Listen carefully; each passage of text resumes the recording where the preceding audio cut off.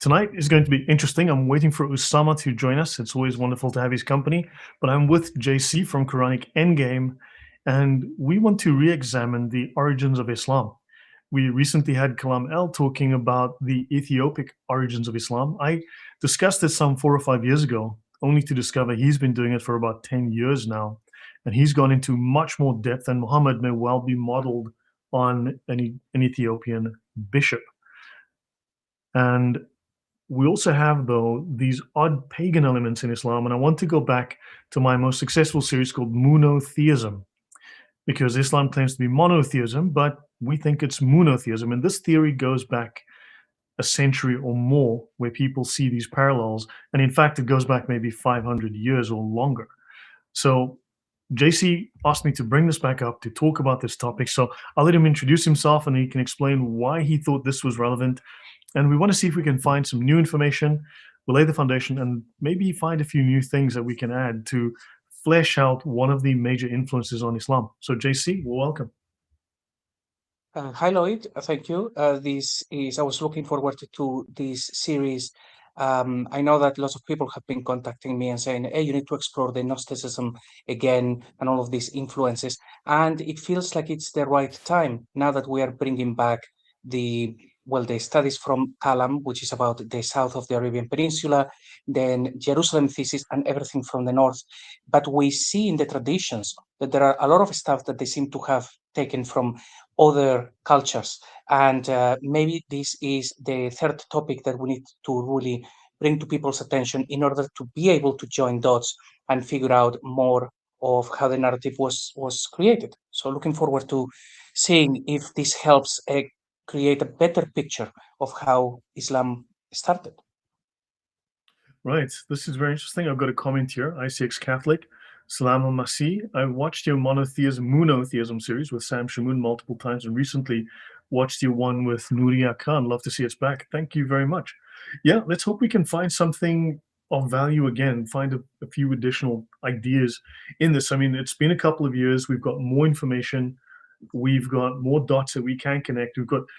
When I spoke about this back in the day, it landed with a big splash. It was a very popular series, but some of the, shall we say, more academic YouTubers and so on weren't necessarily convinced. That, however, has changed. And we're starting to see elements that you can't readily explain, because we are now seeing, if you do a statistical analysis of the language of the Quran, there's roughly 300 words within its religious vocabulary. And all of the major religious words in Islam are foreign words. And more than half are from Syriac, Aramaic, from the Syria region. So that's the northern Levant. And then a significant percentage is from Iran. And of course, from the Hebrew. And the largest secondary percentage is from the Ethiopic. So you've got a large number of words from Ethiopic, a larger amount from Syriac. And of course, when you look at the Ethiopic, this is also blended with South Arabian terms. So you're looking at the religion that influenced it, the culture, the language that influenced it. That would be Yemeni, that would be Ethiopian, and those two are very much joined the largest empires of their day, empires that few people have heard of. But these were massively influential in Arabia, and of course, they worshipped the Babylonian moon god. JC, do you have anything to say about that, to add to that? Well, about that, not really when we see the material we will see, but even to this day, we see when people say, oh, Christmas is pagan, and everyone is always looking at anything from the past that they could say, you see Christians copied that from other traditions, which then you get people like Wesley Huff going, nope, that's not the case. When it comes to Islam, nobody can talk about it. Nobody can say, hey, did they actually borrow things from 500 years before Islam? Everyone is quiet about it. And it's like, well, no, let's have the conversation and see. Say that again, sorry. I was just reading the comments and I just missed what you said there at the end. Yeah, that we will have to actually wait and see. When it comes to Christianity, everyone is very keen on trying to find anything in history that pagan they could origins say for Christianity, yeah. Yeah, but when it comes to Islam, everyone is quiet. They don't like to say, could they copy things from this group or that group? Everyone is quiet. So it's like, let's not be quiet. Let's actually explore this. Let's actually talk about it, because if you look at the region, we're finding that the history in the Quran, the narrative in the Quran cannot be true. Now, maybe we don't have definitive answers as to what that history was, but we can definitively say that the claims the Quran makes cannot be the truth. I mean, talking about fishermen in Mecca, talking about people who are growing green crops, farming, and beautiful dates and palm trees, massive plantations, green and rivers. No, obviously not. So yeah, let's see. This is yeah. When I saw the title for the show, it was like an oldie but a goodie. Well, thank you very much. Yeah. We want to go back through this and see if we can find anything new. So maybe let's bring it up. We're waiting for Osama to join us. I know he's traveling on the road. So this is Islam and the moon god of Babylon.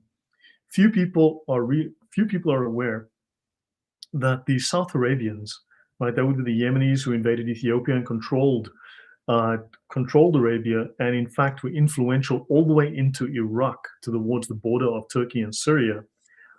These people worship the same pantheon as the Babylonians. They worship the same gods. They may have had different names, local names, but it was the same pantheon as that of the Babylonians. So there's a few things that we can learn from this. And here you've got nobody. MOONoTheism, that's the dumbest thing I've ever heard. Now, for Muslims, of course, I mean, they worship a pedophile. Oh, you don't worship Muhammad? Oh, sorry, you revere a pedophile. You follow a pedophile. You hold him up as the highest example. Recently I've been on social media, and Paul Williams was saying, why did Jesus not ban slavery? And like, Jesus was a carpenter. He did not have an army. He did not run a government. He did not have massive wealth and power. But he did set a moral example. He didn't have sex slaves, for instance, and Jesus didn't own slaves, nor did his companions, his apostles. But Muhammad owned sex slaves. He abused sex slaves. In fact, he abused a 6-year-old girl. He raped a little girl. Then, of course, Muhammad's companions also had sex slaves and owned slaves. So the slavery is an example set by Muhammad. Jesus set a far superior example. Muhammad set quite an ugly, quite disgusting, actually, an inferior example. So therefore, this is something that Muslims are embarrassed about. So these are other elements that we should also examine as to what was the history of the region and things that Muslims don't want us to talk about. Do you have any thoughts to add, JC? I always find it odd when somebody actually takes time to just jump in to say, "Oh, this video is silly." It's like, do whatever, create your own videos, go there, talk about the Bible, do whatever you want to do. Yeah. But here we are exploring history that your imams and sheikhs will not Yeah. dare touch. So, for instance, sex slaves are mentioned, he says in the book of Numbers. Yeah, the Bible talks about the evil that men did. It describes all of these things, but it doesn't prescribe having sex slaves. Jesus, as the example for all Christians, had no sex slaves. He didn't have sex with a child like Muhammad did. Muhammad had sex with a little girl. Muhammad owned sex slaves. Muhammad traded slaves. Muhammad's wife and Muhammad's companions, the major examples from the early Muslims, were all slavers. Jesus and his companions had no such evil actions in their background, no slavery, no sex slavery. This is something that the prophet that Muslims follow was a slaver, was a sex slaver, was a pedophile. So yeah, while these things are spoken of in the Bible, they point to evil. They are descriptive, not prescriptive, whereas Muhammad's actions normalize such evil, pedophilia, slavery, and created by a pedophile. So anyway, I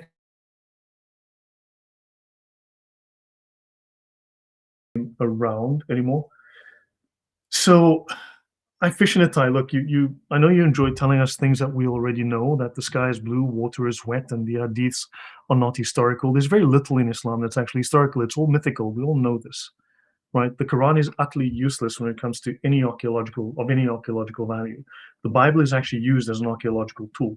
It identifies places. It helps people find places to go dig. It identifies finds. The Quran has literally no such value. Zero. The Quran is myth. So we all know this. All right.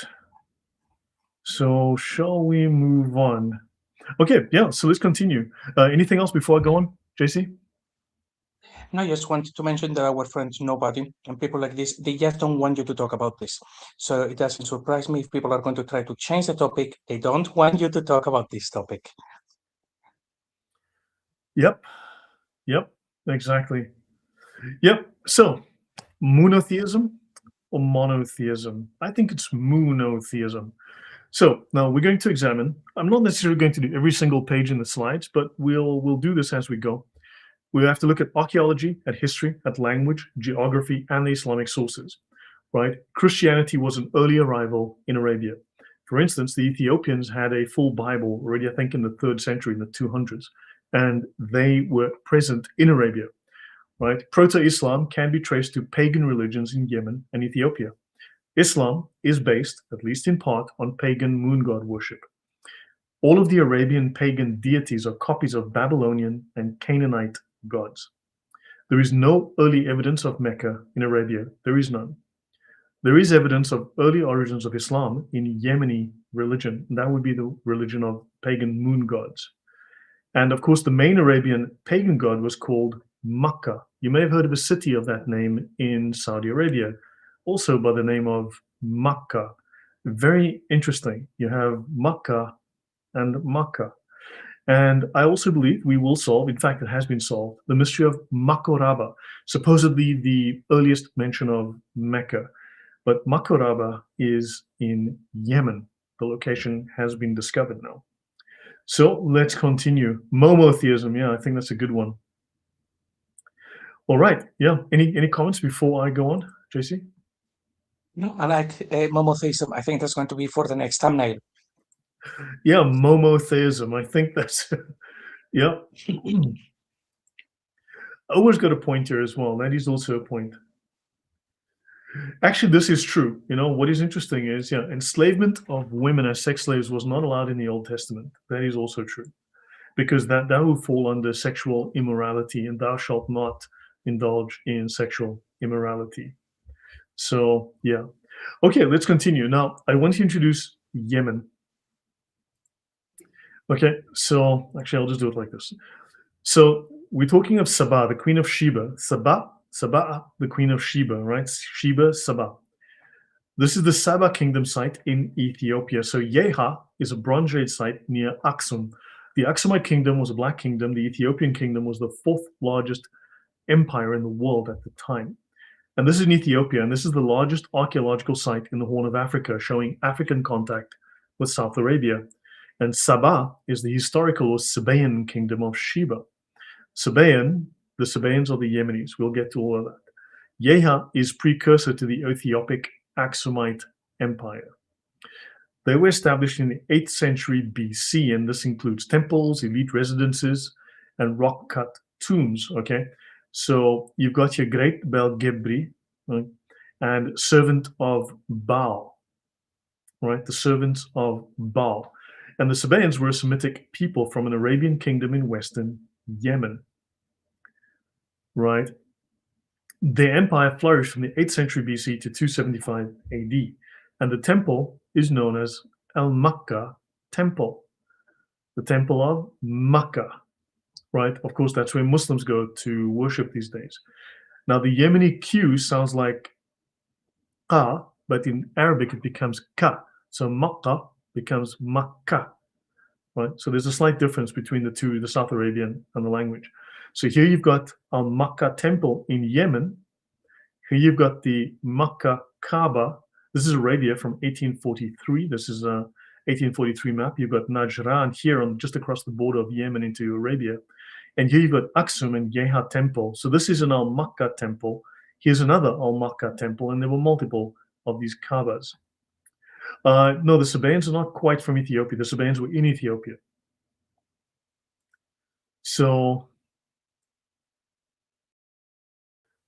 no, I think we can put forward my views because Muslims have their own platforms to put forward their views. And besides, we know Islam pretty well at this point. We don't need to, beg Muslims to assist us in reading the Quran. It's actually very readable by anyone with half a brain. So, right, now let's continue. Let's have a look at the Sabaeans from a Muslim perspective. This is written by Muhammad Shukri al-Alusi. He lived from 10th December 1802 to 29th July 1854, and he compared the Sabaean Muslim religious practices to Islam in his book, The Bulugh al-Arab fi Ahwal al-Arab. And he said Arabs during the pre-Islamic period used to practice things that were included in the Islamic Sharia. For example, they did not marry both a mother and her daughter. They considered marrying two sisters simultaneously to be the most heinous crime, and they censured anyone who married his stepmother. And he says, and these pagans, these Sabaean pagans, these Babylonian moon god worshippers, made the major Hajj and the minor Umrah pilgrimage to the Kaaba. They performed the circumambulation around the Kaaba. They ran 7 times between Mount Safa and Marwa. They threw rocks at a rock like Muslims do, and they washed themselves after sexual intercourse. All of these things are exactly what Muslims do. And these were practices that these moon worshippers did, which Muslims copied. They also gargled, they sniffed water up into their noses, they clipped their fingernails, removed pubic hair, and performed ritual circumcision. Likewise, they cut off the right hand of a thief, and they stoned adulterers. Very interesting. Your thoughts, JC? Very, very interesting. Now, in these medieval sources that I'm actually reading at the moment, I cannot guarantee this, I'm still going through them, but they seem to say that Jews and Christians were not allowed into Mecca, but that there were lots of pagans, and they were going pagans from all over the world to buy stuff from the city. So I found it interesting. You would have thought that only Muslims were allowed into the city in the medieval period, but it looks like pagans were perfectly welcome. Odd. Sorry, go on again. Say that again. That they seem during the medieval period, Jews and Christians were not allowed into Mecca, but these early sources, medieval sources, they seem to indicate that pagans were allowed into Mecca and they were doing a lot of trading and stuff. Which, Yeah, and you know, that was the early weird. practice of the pagans prior as well, that they would have everyone would put their god inside the Kaaba. Everyone would have their god in the Kaaba. Everyone was welcome. All gods welcome as long as you traded with them in peace. So yeah, but these are exactly the same things. So let's have a look. In Bulugh al-Arab, okay, fi Ahwal al-Arab, we read the 4 sacred months, Rajab, Dhu al-Qada, Dhu al-Hijjah, and Muharram, had been considered sacred during the pre-Islamic period known as the Jahiliyyah. Right, that's the condition of ignorance. Raids, taking revenge, war fighting, and disputes were forbidden during these months, exactly like it is during Ramadan.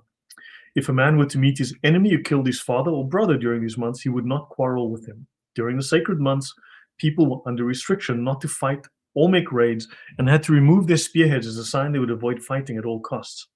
So Islam borrowed these months, these holy months, from pre-Islamic Arabs and introduced nothing new into the world. And that's Abdallah Abdal Fadi is the Quran Infallible, page 127. Here's a picture of the book. Here, did the Sabaeans fast as well? I believe they did. I believe the Sabaeans fasted as well. So,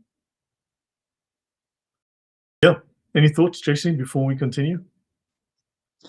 So, well, when we did last show last week, showing that the Quran is all very Judeo-Christian and so on, and then what we see is that the traditions, they are not Judeo-Christian. They seem to have the Quran, which is Judeo-Christian, but then the traditions and the religion is actually formed by borrowing from everyone else that was nearby, and these guys were a stone throw away.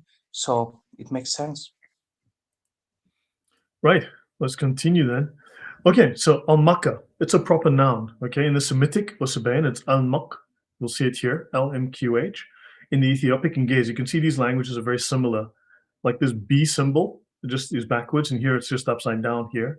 You can see these are very similar. The P symbol, the lollipop, the little circle in the lollipop, just a little lower down, and so on. But you can see that it's greatly similar languages here, right? Ethiopic or Ge'ez. So al-Makkah is a moon god once worshipped in Yemen, in Saba or Sheba, and in Ethiopia. That's because the Yemenis had invaded and colonized that region.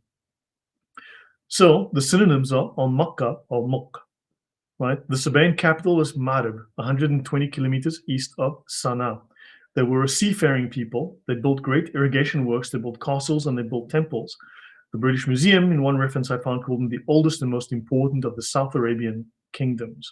And of course, in Arabic, in Sabaean, you see here the Sabaeans, and then of course they're called the Asabiyun, right? The Sabaiyun. And of course, in Islam, in the Quran, the Sabaiyun, Muhammad regards them as people of the book, oddly enough, as Christians, when clearly they are not. Very, very odd. Yeah, interrupt me at any time, JC, if you want to. All right. So this is Marib here. This is Sanna, right? This is this western part of Yemen here, and here is Eritrea and Ethiopia, Djibouti. So these people, and of course, this region around here is where Makoraba is. Okay, that's where we'll see that. Okay, there are many other Al-Makkah temples, right? Dedicated to Al-Makkah, the moon god of Saba. So it's a 14 by 18 meter by 14 meter temple, right? Roughly square. And being Sabaean, it is similar to temples of the Saba kingdom capitals like the Al-Makkah temple at Sirwa and the Al-Makkah Awam temple in Marib. There were multiple of these temples to Al-Makkah or Kabas. After Marib, Sirwa was the most important economic and political center of the kingdom of Saba at the start of the 1st century BC on the Arabian Peninsula. In front of the building, what was interesting was a platform with 6 pillars called a propylon, right? Grat Bel Gebri, the palace, also once had 6 pillars. And we'll look at that, the whole idea of pillars, like the 5 pillars of Islam. These are very interesting. So Yeha has been identified as a pre-Aksumite.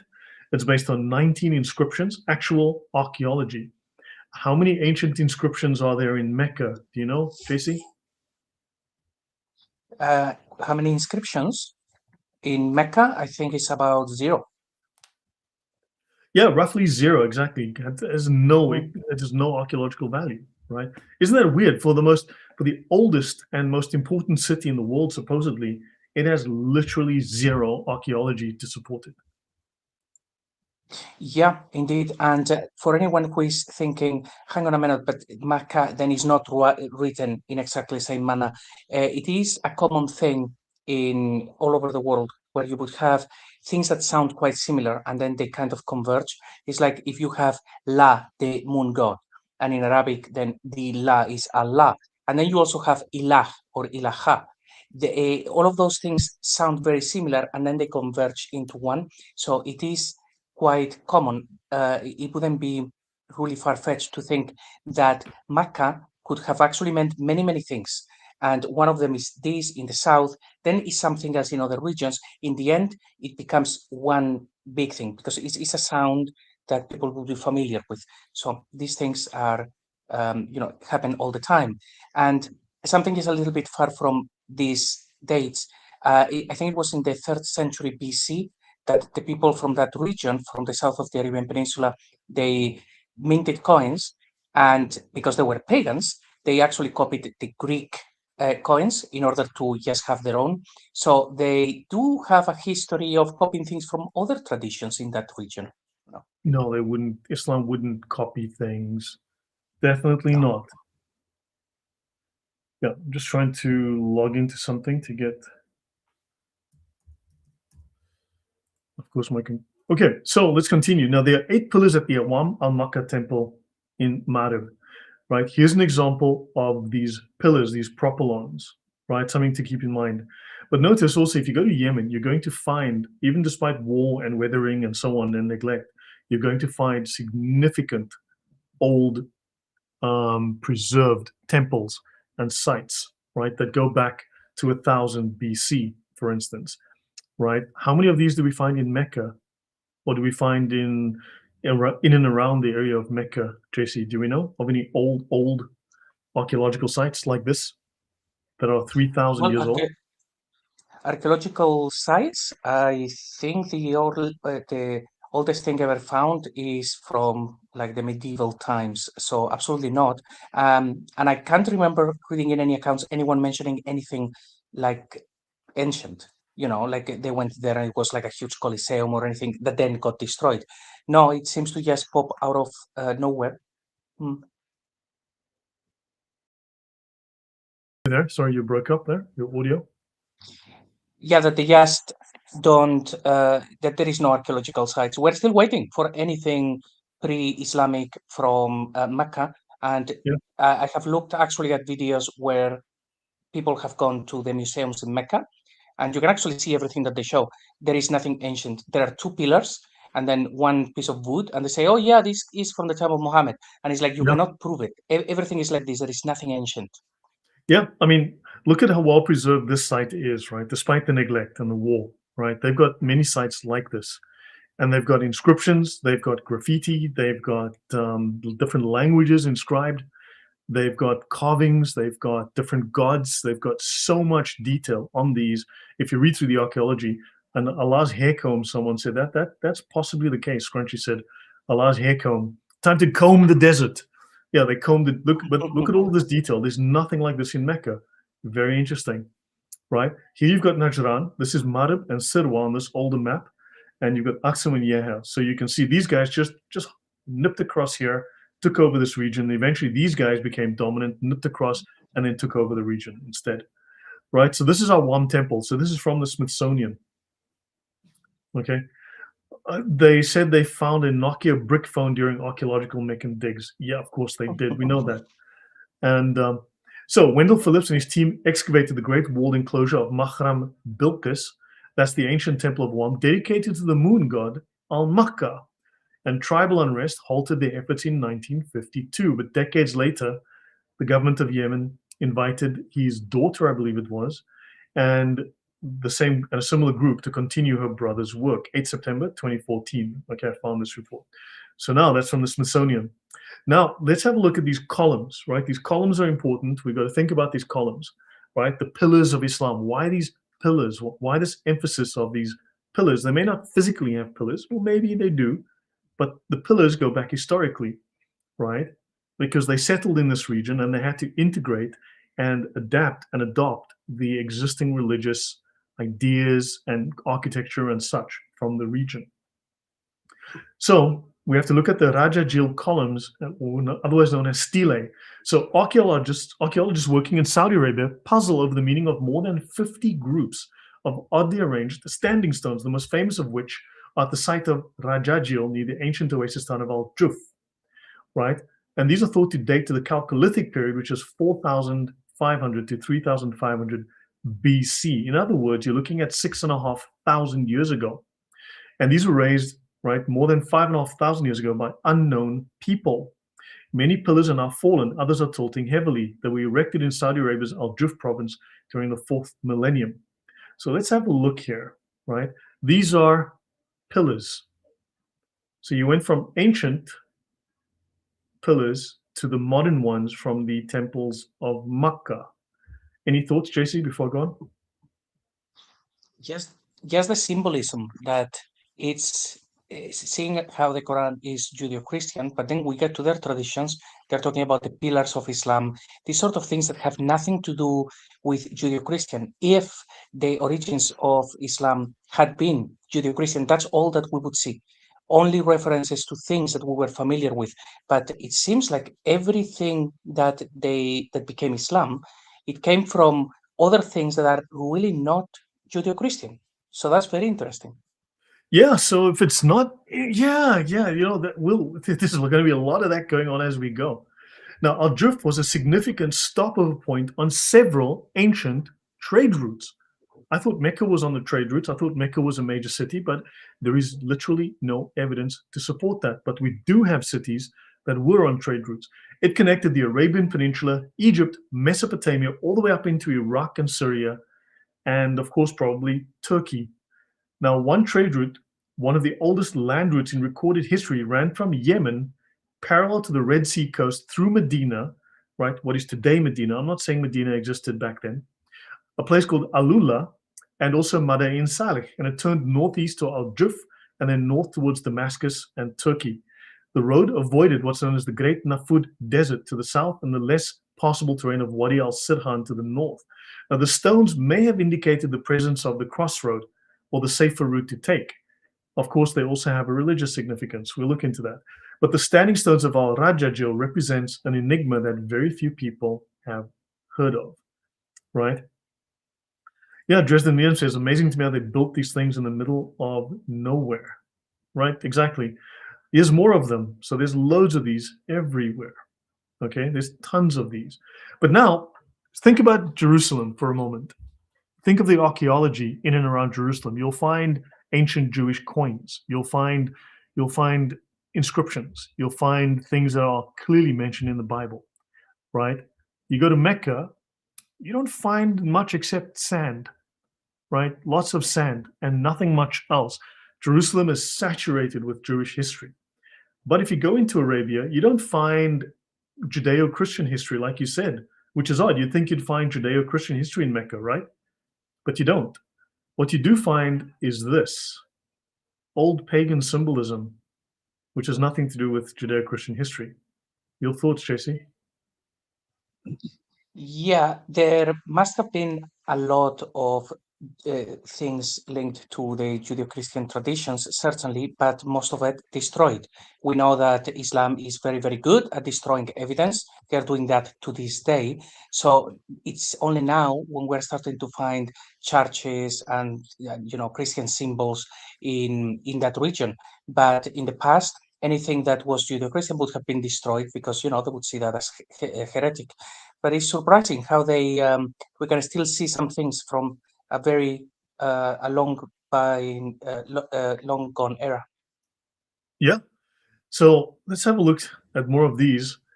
I'm just going to bring this up quickly. Give me 1 second. I'm going to bring this up just to show you here. These are the kinds of things you'll find. This looks very similar to what we find in Petra. I'm going to bring this up here. This is like the kind of thing we would find in Petra. This is what's in Saudi Arabia, right? You'll have another view of this one. I'll just open this in a new tab. You can see this here, right? This is something very different. People living in rock-cut houses. This would be similar to the people of Petra, and I've been to Petra a couple of times, by the way. Sorry, no, I've spent a couple of days in Petra. My bad. Here, very interesting. This is very similar to Petra. So we're looking at the same people, right? The same pagans who founded Petra possibly were involved with this. What do you think, JC? It's the very similar architecture. Yes, I think that is Madain Saleh. This is in Petra. I think they actually discovered lots of artifacts, of course, and also manuscripts and all sorts of things, which then, if it was the same with Islam, we should be able to find like copies of the original Quran and things like this in all of these places. And I reckon that at one point, the proto-Qurans or sections of it would have been found in lots of those places. All of that has now gone, hence why the Quran seems to appear out of nowhere when we know that that's not the case. But certainly, I think there has been a lot of destruction of evidence over the centuries. Right. This is the treasury in Petra. You can see here the kind of symbolism, and then you can look at this kind of symbolism as well. There's certainly similarities. I mean, I spent a couple of days walking around Petra, and it's huge. I didn't get to see even all of it. And it was like 40 plus degrees, so it gets really hot. Okay, so just so you know, you find lots of this kind of thing in Mecca, sorry, in Saudi Arabia, in Alula, right? And you can see more of this kind of thing here, but let me close this for a second. So have a look here. These are called mustatils, right? I'm just going to bring this up over here. So these mustatils are in this region, north. This is towards Petra, right? As we can see here, it's north towards Petra in the red highlighted region. And I'm going to show you a few of these, right? You see this stuff all over Saudi Arabia, right? There's thousands of them. You can see here, there's thousands. This is Khaybar, or Khubr, as my friend used to call it. Okay, this is Medina here. This is Medina. This is Khubr. This is Alula. And these green dots are sites. Tema. Keep those places in mind. These sites are everywhere. So what saturates Mecca is pagan rock art, not Judeo-Christian art. Any thoughts, JC? Well, rather absence, because you are showing that all of the areas around Mecca, they have a lot of stuff. But when we get to Mecca, there is nothing. There's It's like nothing. it should be the same, No. right? It is crazy. There's nothing. Look at all of this. Ha'ir, okay, Khaybar, right? Or Khubr, as my friend from Jordan used to call it, Khubr. I've been to Khubr a couple of times. Tema, right? So odd, but you get to Mecca and like, where's that, right? You'd think you'd find a little bit more, but yeah, it's kind of missing, right? So yeah, these are called mustatils, and they've got lots and lots of these things. This is the kind of thing that you're looking at here. So there's loads and loads of these ancient constructions going back 5, 6, 7,000 years, right? But you don't find anything Judeo-Christian. You find pagan stuff. Okay, enough of that. Let's continue. You can see these sites are old, and these sites are everywhere. They're prolific. There's thousands of these in Arabia, in that part of the world. Thousands. Okay, what are propylae, right? And yeah, it does make us think of the Nabateans, right? Hello, Catherine. So propylae, these are monumental gates or entranceways to a temple or religious complex, right? It's a symbolic, secular, religious partition. So propylae are columns, right? Think of Roman columns or pillars, and the pillars separate the sacred from the profane, right? From the secular from the religious, the haram from the halal, except it's odd that the haram is something that is sacred in Islam in that sense, right? Now, if you go into Century Dictionary Encyclopedia, in ancient Egyptian architecture, oddly enough, it's taken from Egypt. It's a monumental gateway, usually between two towers in outline like truncated pyramids. Okay, hold on. I want you to think of the following, right? So I want you to think of two towers, the two towers. Can you see two towers in this picture, JC? I can see two towers, yes. Yeah, I see two towers. Yeah, and they also, the Muslims, if you go through newspaper reports, you'll see, oh, the moon is rising directly above the Kaaba, and it's directly between the two towers of the mosque. They seem to have an affinity for the moon, as we will find as we go through this over the next while. But it comes from Egypt, not from Jerusalem, not from the Jews. No, it comes from Egypt, of all places. So between two towers, and in Chambers' 20th century dictionary, a monumental gateway before the entrance of an ancient Egyptian temple. The symbolism is Egyptian, right? And notice here, you see these pillars that separate the profane from the sacred. Can you see the pillars here? This symbolic architecture, a monumental gateway, not a literal gateway, but you see something on this place in Jerusalem, this dome of something. Very interesting. So it does look like they were copying from absolutely everyone. So the Quran from Jews and Christians, and then when they get to everything else, architecture, and they're just taking from the whole vicinity. It's like they had no history, or they wanted to hide their history, and then they just copied from everyone around them. Very, very cool. Yeah. So you'd think they'd be copying things from, I don't know, Jerusalem, but they don't. They somehow are copying pagan ideas. So from your perspective, JC, are we seeing pagan influence in Islam along with every other influence, but are we seeing a distinct pagan element as well? Well, the more you show, the more evident it actually seems, because if it was from the Jews and Christians, they would have just taken, we could recognize all of that. But we don't recognize them, and then you're showing that those traditions, very similar, they appeared in the South, all of these pagan influences. So yeah, it looks like the traditions appear in a place where these things were going on, and they came from pagans in the past, basically. Yeah. And notice you've got these symbolic entrances here. You've got a pillar, pillar, pillar. You see, there's also the symbolic pillars as well. You can see these symbolic pillars with the inset that also separates. So there's that symbolism as well, the archway. It's an archway between one space and the other space, right? Now, I also want to mention that in Islam, this is Hermes Trismegistus. He is the father of Hermeticism. He brought wisdom, but he's also known by multiple names. He's a god, the Egyptian god Thoth. He's also a Greek god and a Roman god, but of course he is also the Islamic prophet Idris, of all things. So somehow they've incorporated Egyptian Roman pagan gods into their religion as well, just out of interest's sake, right?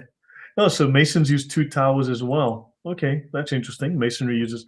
So let's go to Aksum. Now, Aksum was one of the four great powers alongside Rome, Persia, and China. They were the fourth biggest empire of the day, according to Mani, the founder of Manichaeism.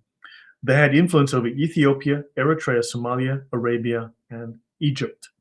They had extensive trade contract with Asia and the Mediterranean. They were trading with the Romans, and the Aksumites developed Africa's only indigenous written script, Ge'ez. Right, and you can see this massive stele they made here. Right.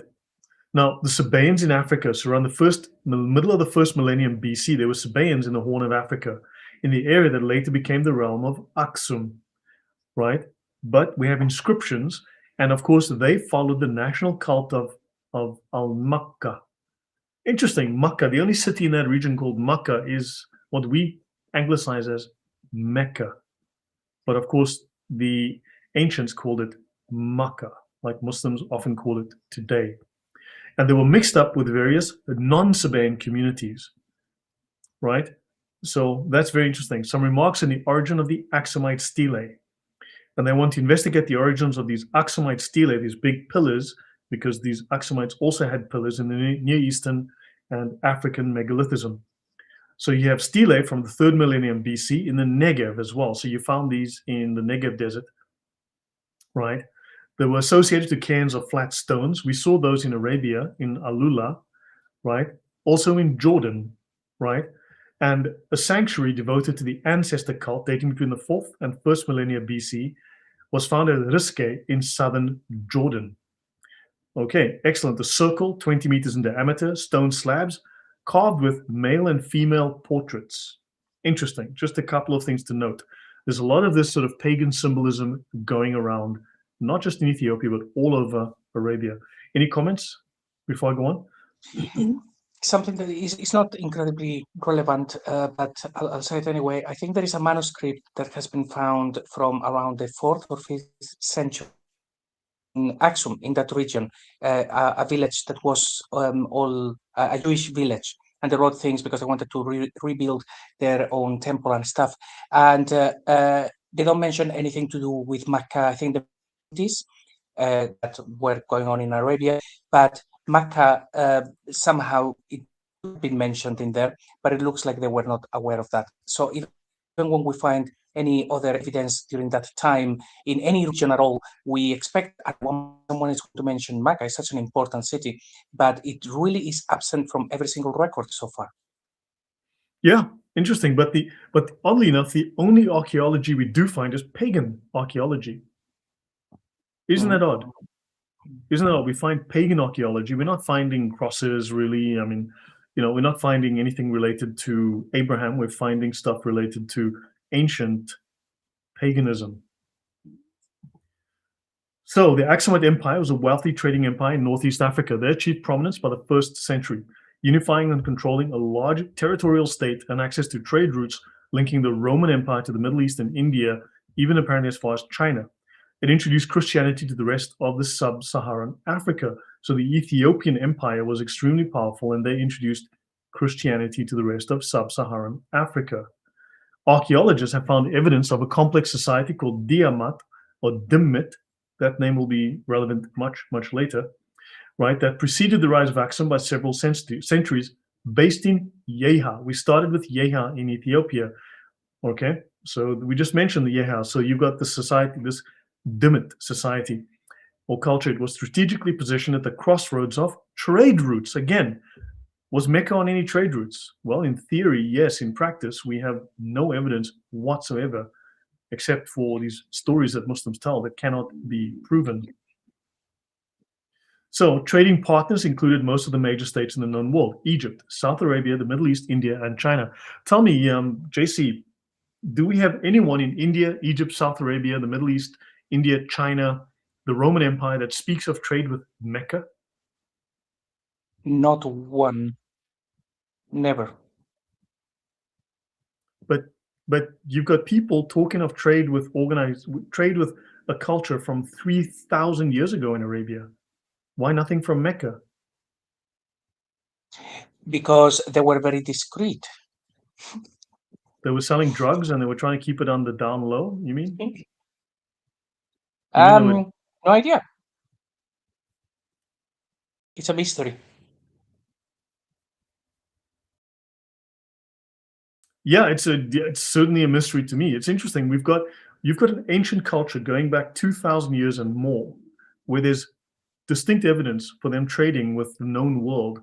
And in Mecca, which is supposed to be the world's oldest city on a major trade route, and you have literally zero evidence that these people were known or traded with. Very, very odd, very strange. Their most important commercial partner were the Byzantine Romans. So the Byzantine Romans are trading with these guys, but they've never heard of the Muslims in Mecca. Odd. So the Aksumite Empire was influential here, right? And they even controlled areas up to Mecca. Now, this is conservative because these guys, it looks like their influence extended well north towards Petra. They were just Asians being inscrutable. Okay, thank you, Catherine. I trust you on that. Yeah. So there you go. So these guys had huge influence over this region, all the way into what we know as Mecca today, right? So they traded up and down the coast, and they traded all the way to India, right? They traded deeper into Africa and all the way up into Egypt, and then up into Europe with the Greeks, right? So they traded all the way north across the Mediterranean. These guys were some serious traders. They did actual trading. But the Meccans, no one's heard of the Meccans. Isn't that weird? Coins. Aksum was the first African country to mint its own coins in gold, silver, and bronze in the standard weight categories issued by the Roman Empire, which they learned. These coins have been recovered in multiple foreign locations, even as far away as India. Their coins have been discovered around the world in the known. Have we found any Meccan coins anywhere, like in Greece or Spain or Italy or anywhere else like India? Any Meccan coins that were found? Not only no coins, nothing. There is nothing, not even a single vase that actually came from Mecca. It's not even mentioned until the 8th century. So I know that Muslims, like Usama always says, they will look at this and say, well, that's because of a miracle. That's because Allah willed it and things like this. And it's like, no, look, these people were trading all over the place. The place is not mentioned. It first is mentioned in the Quran, and then it appears in the world. Okay, it is a fabricated city, and if there was something in there before, they changed the name, and maybe it appears in maps. It was not Mecca. So it's just about the history, but it's quite simple. All of these people would have mentioned Mecca, even if it was there but tiny, but they didn't. So that's it. About coins, you wouldn't really expect to find coins necessarily from Mecca, but you would expect to find coins in Mecca from other places because it was a trade hub. But also, we didn't find any of them. So, quite clear. Maybe people were just stealing the coins. I mean, maybe it was just a case of simple theft, You never know. Yeah, maybe You it know? was the tidiest city in history where everything was just removed. The thing is, my hometown, which is a tiny city, nobody knows where it is. It's tiny. Isn't it And Guadalajara in all Mexico the, or Chihuahua in it's like in the Mexico? middle of nowhere. Yeah, and there is like one Roman like bastion there was there, like something small. There is a ridiculous amount of stuff found. We have full museum. We have sent things even abroad, just because of one little place. And a place like Mecca, it would have been built on the ruins of the previous Mecca. Cities are built on top of cities, basically. Mecca is the only city that doesn't happen. By miracle, is the tidiest city where you don't get to find anything. It's just quite clear. And as much as Muslims will say, oh no, well, there is an explanation. No, there is no explanation. You should have mummies from that city. Yeah. You know what I find amazing is that Muslims always want to show that Palestine really existed, and the earliest coin they can show you is from 1927, and it's got Hebrew writing on it and English. Isn't that fascinating? 1927, right? It's got Hebrew writing on it as well as Arabic, but also English. So I guess the English were there first. Very, very odd, you know? So yeah, I can't remember exactly what's on the coin. We'll get to that later, but that's really see. Do you know that the oldest Palestine coin is 1927? But we can find Roman coins and Hebrew coins from the first, second, and third centuries and earlier. So these Aksumites, they were the first Christian kingdom to put crosses on coins. Let's have a look. So here you see crosses on the coins. Here's another cross. Here's a staff with a cross on top. Here's another cross here. Here's another big cross here, very obvious cross. Here's another cross. Here's another big cross on the coin. So they put crosses on their coins to mark that they were a Christian empire. Do we have any Meccan coins with the sun and star or something like that? I think the first truly Islamic coin was by Abdul Malik when he actually removes images, because if you follow the narrative, then images were haram. And yes, there are all of these stories of people were not able, Abdul Malik was not able to remove the coins or the images because people would get upset or what. Doesn't matter. The first actual coin that appears that is fully in Arabic with no images, compliant with Islam, is 696, I think it is, Abdul Malik. So before then, yeah, it was a bit weird. Okay, right. So now the Aksumite ruler was called the Negusa Nagast, the king of kings. Now, King Ezana ruled from about 320 to 360 AD, and he converted to Christianity, as we verify within the coins, right? And Ezana had coins with the pagan. Does this symbol look familiar? Have you seen a religion that uses this symbol? A crescent and a star? Well, yes, because you've shown me before, but for the audience, I don't know if they've seen it before. Yeah. So originally they had a crescent and a star, and they switched their coins to crosses, right? So they had a disc and a crescent, right? These later coins have crosses on them. So they go from these coins, and we still actually have lots of these coins, right? And so they were the first Christian king to put crosses on currency. And they switched from these coins with the crescent and star to crosses, to actual crosses on coins. So Ethiopia becomes the first Christian state. Now, I know there's always going to be debate. Well, was it Malta? Was it, some Sicily? Was it Armenia and so on? But Aksum becomes the first sub-Saharan African state to embrace Christianity. So they embraced Christianity as state religion in the early 4th century. For a century prior, Roman traders had brought knowledge of the Christian religion to the Aksumite Empire through their the trade network. Okay, then in the 6th century, the Aksumite king Caleb sent a force across the Red Sea to subdue the Yemenites, and he dominated South Arabia for 70 years. And the Byzantine Empire supported Aksum largely due to Yemen's persecution of Christians. So let's have a look at the very first church in sub-Saharan Africa from the Smithsonian Magazine, right? Church unearthed in Ethiopia rewrites the history of Christianity in Africa. Archaeologists can now more closely date when the religion spread to the Aksumite Empire. I'm just going to click on this and bring up this article, right? So I'm going to show you this.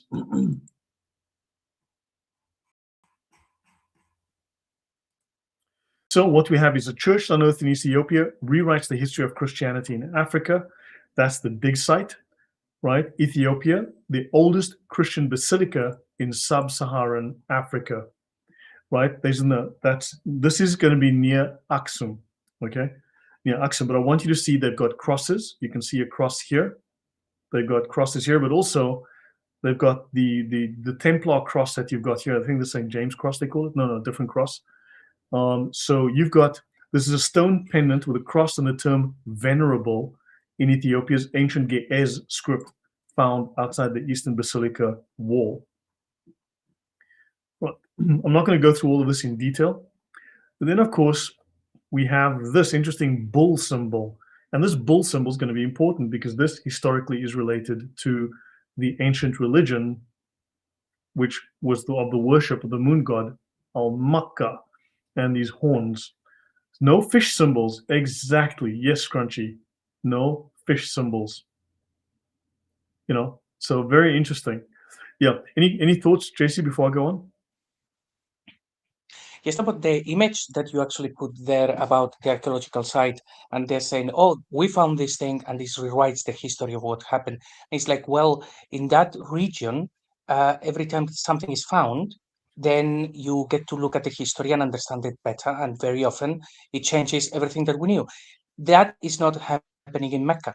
It's quite the opposite. You should have these archaeological sites right there to really find out the most amazing artifacts, if not from the time of Abraham, as they claim, at the very least from the time of Muhammad. But it is like forbidden to actually find anything. They don't have any archaeological sites, which should be a huge red flag for anyone with half a brain. Right. They even found incense burners, right? They even found those. And they came across an inscription asking for Christ to be favorable to us. Okay, now notice in the research paper, the scientist in charge there says, this unusual collection of artifacts suggests a mixing of pagan and early Christian traditions, because you had Christianity setting up shop amongst a pagan people. So these relics would still exist, would still be around, all right? But also potentially there could be a mixing of the two, a syncretism, a syncretic mixture between these different, otherwise incompatible religions to try to make them compatible, right? So bear that in mind. But you actually have archaeological evidence. In Mecca, we've got now zero, of course, nothing. And notice that these people, these Christians, which became a Christian nation, at one point invaded and controlled South Arabia. They controlled Arabia at one point. So they took Christianity and their Bible with them. So while you may not find an Arabian Bible, there was an Ethiopian Bible very early on from the 3rd century or 4th century in Arabia. So the first hijrah, the first migration went to Ethiopia, to Abyssinia, right? According to the Islamic records, which we're supposed to believe. Muslims found refuge in Christian Aksum, that's Ethiopian Eritrea, at about 614 AD. When the apostle saw the affliction of his companions, and that though he escaped it because of his standing with Allah and his uncle Abu Talib, he could not protect them. He said to them, if you were able to go to Abyssinia, it would be better, for the king will not tolerate injustice. It is a friendly country. Thereupon his companions went to Abyssinia. This was the first hijrah in Islam. That's in Ibn Ishaq. It's also in various of the other Muslim sources. Any comment before I go on? On that source, it says that when they got there and they spoke with the king, they explained what they believed about Jesus, and that the king said, "Oh, that's actually very close to what we believe about Jesus," which of course it makes no sense. He would have said, "You guys are heretics," because the people in Abyssinia, they were actually Christians. So we know that there is a problem there between what we know of history, that guy would have been Christian, and the first pilgrimage, in theory, that actually went there, and they were describing Jesus like a Christian would, not in the Islamic way. So that's quite curious. Yeah. Do you know that Islam is truly the first scientific religion? For instance, Muslims on their flying carpet, when they created them, they decided, on the Burak, they decided to go into space, and they discovered that the Earth was round and that it rotates, right? And what happened was the Muslim scientists, these Muslims, they watched the Earth spin for a whole 24 hours, and then they got bored and they said, "Guys, let's just call it a day."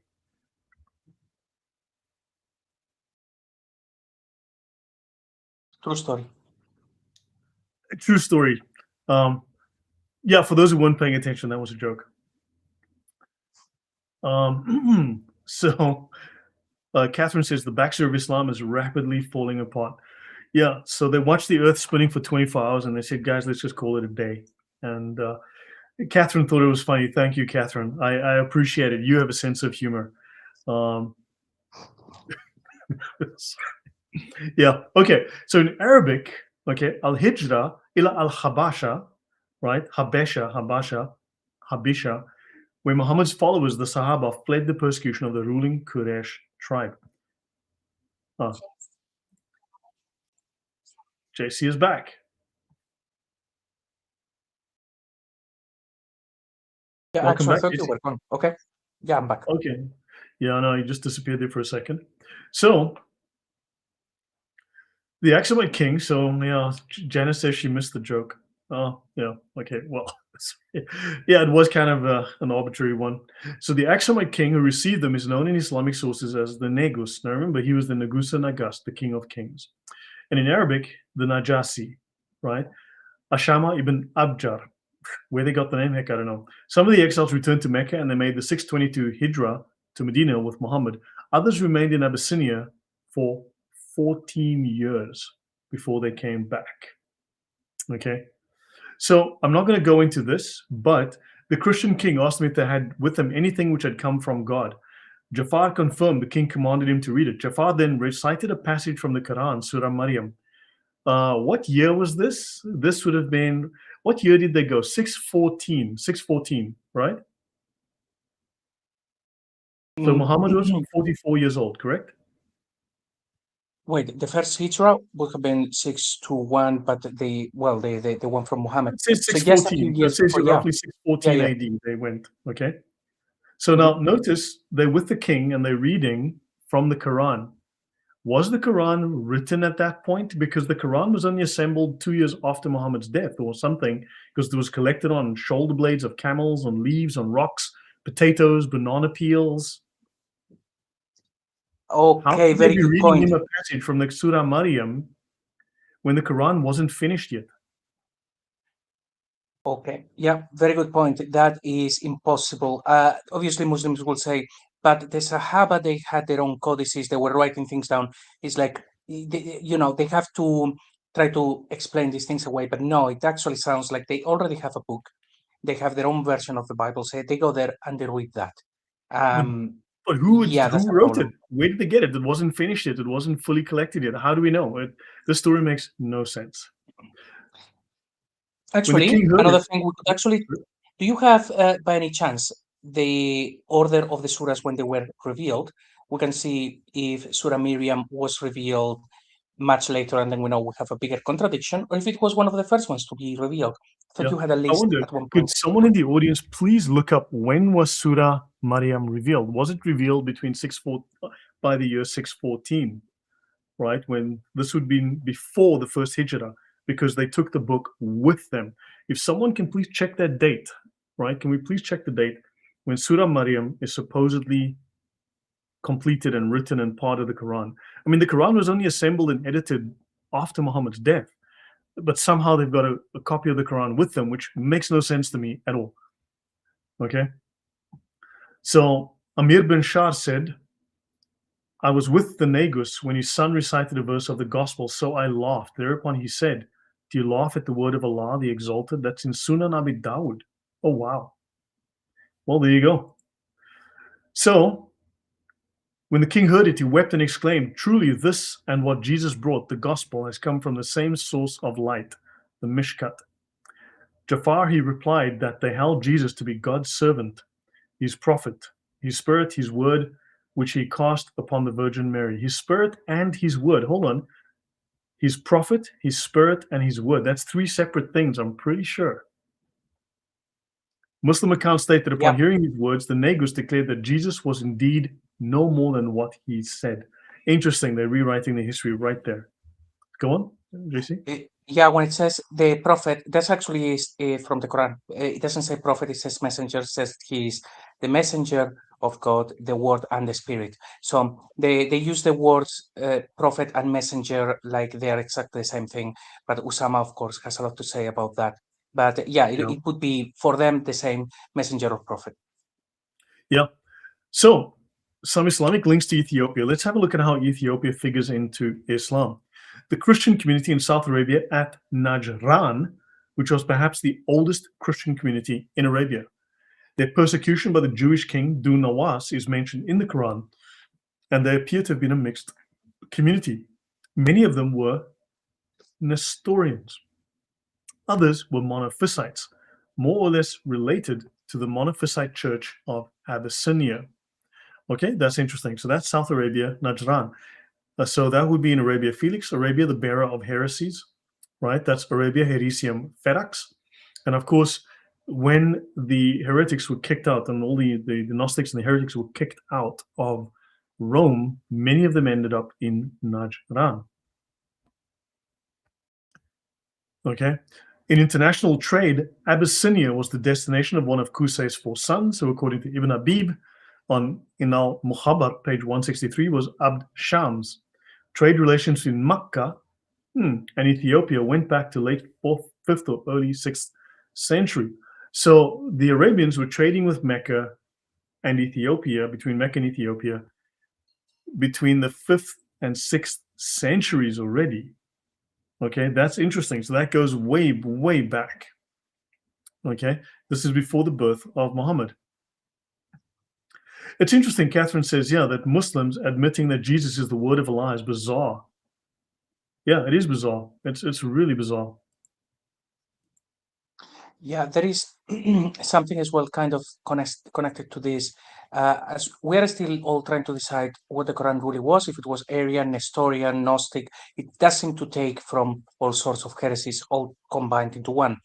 But with the Nestorian influence, there are the accounts of Nestorius who teaches Muhammad about the religion. But there is also another account where Muslims, some of the first Muslims during this period of time, they went to China and they created one mosque. But there is another independent account saying that the people that went to China and created a place of worship were actually Nestorians. So there is this weird connection where it seems like maybe these original guys may have been Nestorians, and then of course that gets rebranded to they are Muslims. It's possible. Right. So we know there's connections, right? Let's continue. So the Arabic word Injil resembles the Ethiopian word Wanjil. So the word had already been introduced into Arabia by Abyssinian Christians at the beginning of the 6th century. The generally accepted origin is Greek, right? Evangelion or Evangelion, right? The good news. And it entered the Arabic via the Ethiopic Wanjil, right? We know that the Ethiopians were probably the first Christian empire in history. They were trading constantly with South Arabia, right? And they eventually controlled all the way into Arabia. They invaded and they controlled Arabia. According to Arthur Jeffrey, the long vowel ending in Wanjil, like the second syllable of Injil, is a close resemblance, right? He wrote the book about the foreign loanwords in the Quran, right? And it's closer than the Syriac, right? The pronunciation in the Ethiopic is closer than the Aramaic Syriac. Abyssinian, philologically, Ethiopic, the ancient language of Abyssinia, is the most closely related to Arabic of all of the Semitic tongues. Ethiopic and Arabic with the languages of the South Arabian and so on, but we'll cut that off there. But we're looking at the Ethiopian language is the closest in terms of pronunciation to Arabic. And then they speak from the ancient Ge'ez, but it was presumably this ancient language with which the Arabs were in contact in pre-Islamic days and during Muhammad's lifetime. Remember, Muhammad is said to have spoken 2 languages, Arabic and Ethiopian, right? These contacts, as a matter of fact, were fairly close. Previous to the birth of Muhammad, the southern portion of Arabia had been under Abyssinian rule. Tradition relates that Muhammad was born in the year of the elephant, when Mecca was saved from the Abyssinian army, which marched up under Abraha to destroy the city. It is practically certain that there were trade relations between Abyssinia and Arabia at a much earlier period than the Aksumite occupation of Yemen. So this goes back hundreds of years before Muhammad. And friend relations continued in spite of the year of the elephant. Muhammad is said to have sent his persecuted followers to seek refuge in Abyssinia. So despite the year of the elephant issue, they still went to Ethiopia. Meccan merchants employed a body of mercenary Abyssinian troops, and these troops are said to have traveled with their priests and their Bibles. Any comments, JC? Right, that's actually very interesting. I mean, we know that they took a lot from what Judeo-Christian traditions. It would make more sense what you are saying, that they actually took it from the south as opposed to taking that from the north, from Syria and that region. So if Christianity was going to reach those lands, not that Mecca actually existed, it would make sense words like Injil, that they would take it from Ethiopia, because that's how Christianity would have entered that particular community. And when you said about the elephant, the story about the elephant, yes, I always like to say the name of the elephant is Mahmoud. So there you go. Yeah, how did he get that name? And it's a female. But yeah. So That Muhammad himself had personal contact with the people who spoke whatever seems to be indicated from the fact that tradition tells us that his first nurse, and this is the Ethiopic, right? The Muhammad's first nurse was an Abyssinian woman, Ayman, and she was with him until his death, apparently, his whole life. That the man he chose as the first muezzin in Islam was Bilal al-Habashi. Habashi, Habesha, Ethiopic, okay? This means the people of the Habesha, the Habesha, the Ethiopians, right? So his first muezzin was Bilal al-Habashi. And the tradition already noted that the Prophet was particularly skilled in the Ethiopian language.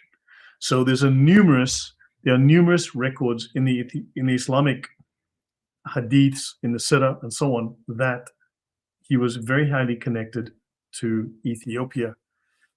Okay, we'll leave that there for now. We'll come back to that. Okay, so let me see. So let's go on to Islamic symbolism and the pagan crescent moon. So let's have a look at the little moon symbol on top of the mosques. Okay, we'll come back to the other portion again in the near future. This is called the Hilal. This symbol, this crescent, is called the Hilal. Hilal also happens to be the name of a pagan moon god, just so you know, the Arabian moon god, the Hilal, the crescent moon god. And he has 12 phases, right? This is the Hilal, this is the crescent, this is Islam's symbol. You see here, the crescent and the star. What we have here is the flags of the Arab League. Have a look. You've got the Arab League, it's a crescent moon. Algeria, crescent and star, right? Djibouti has got the star. Comoros Islands has the crescent and 4 stars, right? Jordan has the star, right? Lebanon has the cypress tree, I believe it is. Then Libya, crescent and star. Mauritania, crescent and star. Somalia, the star. Saudi Arabia, the sword, of course, right? Morocco has, an interesting symbol right there. We know as this as the satanic pentagram, but fine. Syria has 2 stars. Tunisia, crescent and star. So we see lots of crescents and stars. Now the pentagram is Babylonian. This symbol actually goes back to Babylon. It is the pagan symbol of the gods Ishtar and Marduk, for instance. Now the red is from the imams of Yemen. The red within the flag here of Morocco is taken from the imams of Yemen. And we'll see later that the Muslims claim that the religion is from Yemen. Their religion came from Yemen. And the pentagram is the seal of Solomon.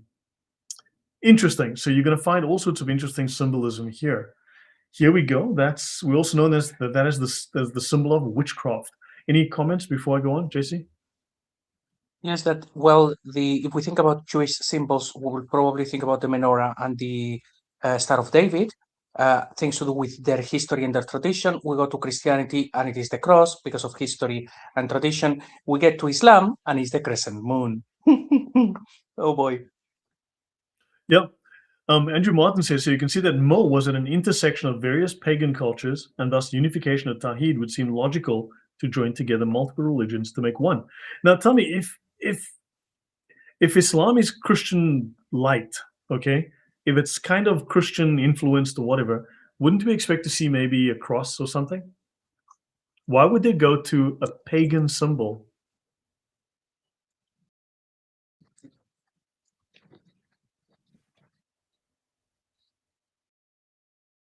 Are you there, JC? Yeah. Why are they using such an oddball symbol? Why not something like a fish, like Christians would use, or why not something more specific to Judaism, maybe, something that's more in line with biblical rather than just this oddball set of symbols? Or well, they claim that they're bringing back the religion of Abraham, who actually was a pagan. So it would have to be something to do with Abraham, even if it's just Right. an image of him. But that symbol happens to have a lot of other connotations, and it was used by the Persians, and it was used by pagans. So it is very bizarre. It does look like it was a popular symbol, and they have said, okay, we are going to use that one for reasons. Right. So let's look at the hilal, the crescent. This is Islam's symbol. Now, the cross, and we will discuss this again, but just I thought it might be interesting to mention it here. The cross is clearly historically and symbolically, religiously associated with Christianity. It's important, right? It's an important event.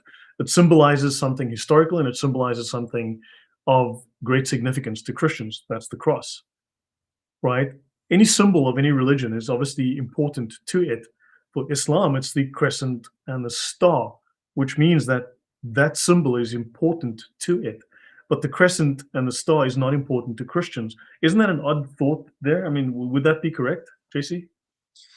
Yeah, absolutely. And I'm actually thinking I've never actually researched the how Islam explains those symbols coming from, because we know that it cannot be, for example, the moon split. That would have made sense, the great symbol of Muhammad, but it's not discussed outside of the narrative until hundreds of years later. So that's certainly not it. It comes from a place, but how do you attach that to the Judeo-Christian tradition and this final prophet?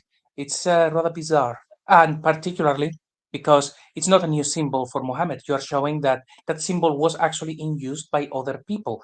It's like they copied instead of creating something new. Yep.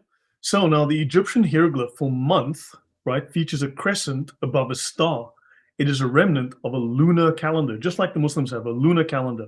And you've got the crescent moon above the star. And we remember we spoke earlier of these columns, the pillars, and that comes from Egypt. There's an Egyptian influence that influenced the following religion, which then influenced Islam as well. The symbol has a spiritual significance in ancient Mesopotamia. The Babylonian cuneiform word shiptu, or incantation, originally took a very similar form to the modern star and crescent and was used to ward off evil, an incantation to ward off evil. This is the earliest hieroglyph that we have from Babylon. Here's the Egyptian symbol. This is the Babylonian hieroglyph, the crescent and the star. In 4500 BC, it was a little easier to draw. There's two lines here, crescent and star. Then in 2800 BC, they had the crescent and star. In 600 BC, you have this crescent and star symbol here. Then you can go here, this boundary stone from King Nebuchadnezzar, who's mentioned in the Bible. You can see here the crescent and the star right on top there, crescent and star, right? This is from Babylon from 1125 to 1104 BC. It contains a star within a crescent, right? And then of course, the symbols were associated with the deities Shin, the moon, and Ishtar, Venus. Any thoughts? Interesting. It looks like Muhammad was bringing back not the religion of Abraham, but the religion of the Nebuchadnezzar. That is fascinating, right? That's a little odd. I mean, what do you think as an audience? I mean, so far of the evidence, I mean, we're going to have to do several episodes to finish this.